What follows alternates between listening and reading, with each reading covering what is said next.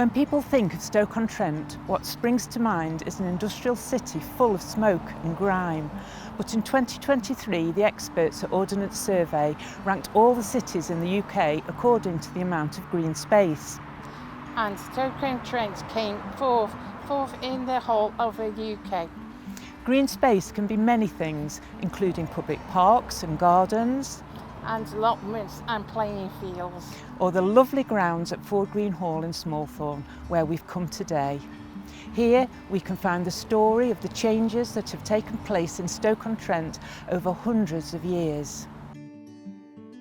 Hi Chris, I wonder if you could tell me a little bit about Ford Green Hall in the context of the history of Stoke-on-Trent.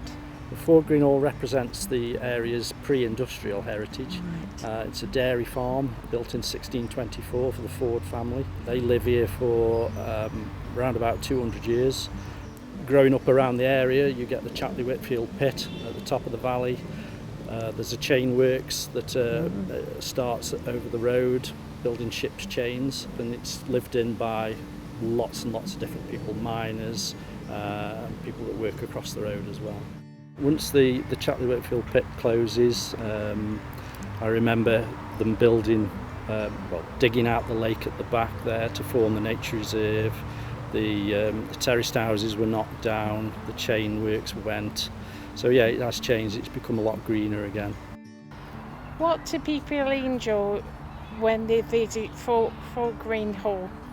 Well, most people enjoy that it's not a big stately house, big mansion. It's an ordinary working man's house. It's a wealthy house, but it's just an ordinary guy's house. They enjoy the grounds, the gardens, they enjoy using the tea room, and then they can go for a walk around the nature reserve, which is just behind us. Yes, and beautiful gardens. Lovely gardens, I'll tell the gardener. We know that being in nature is good for our mental health and well-being. A local walking group called Closer to Home is providing opportunities across the city for people to get out into the many green spaces on their doorsteps. Well, Closer to Home started in about 2008 to set up walks across the city, and it targeted people who don't do a great deal of exercise, so that they could get out and about, do some exercise, and also there's a strong social side to it.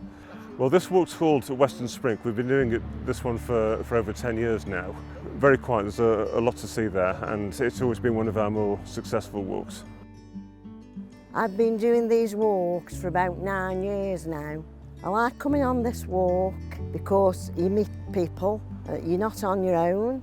You're getting the fresh air and exercise. It's good for your well-being.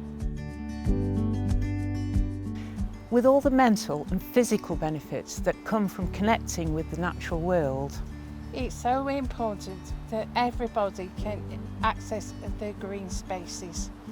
An organisation called Green Door, based at Westport Lake, is dedicated to breaking down barriers and ensuring that we can all enjoy the great outdoors. Green Door is a charity established in 2016. We offer inclusive and accessible activities. The cycling's here at Westport Lake, and we also offer seasonal canoeing and kayaking in the city's parks. I started here very quiet, didn't want to mix with anybody. I was happy to sit in a corner folding leaflets, and then Julian made the suggestion that I went into the workshop, and it changed my life. It built me up, it made me the person I am today. Sorry. Sorry. It made me the person I am. I didn't think I'd be doing this. If somebody had told me I'd be doing this, I'd have laughed in their faces.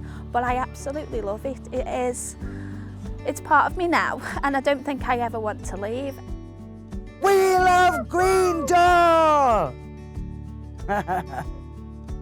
From Westport Lake to Western Woods, living in Stoke-on-Trent, we are never very far from a beautiful green oasis. So make it your New Year's resolution to get out into nature. It's good for your mind, your body and your spirit.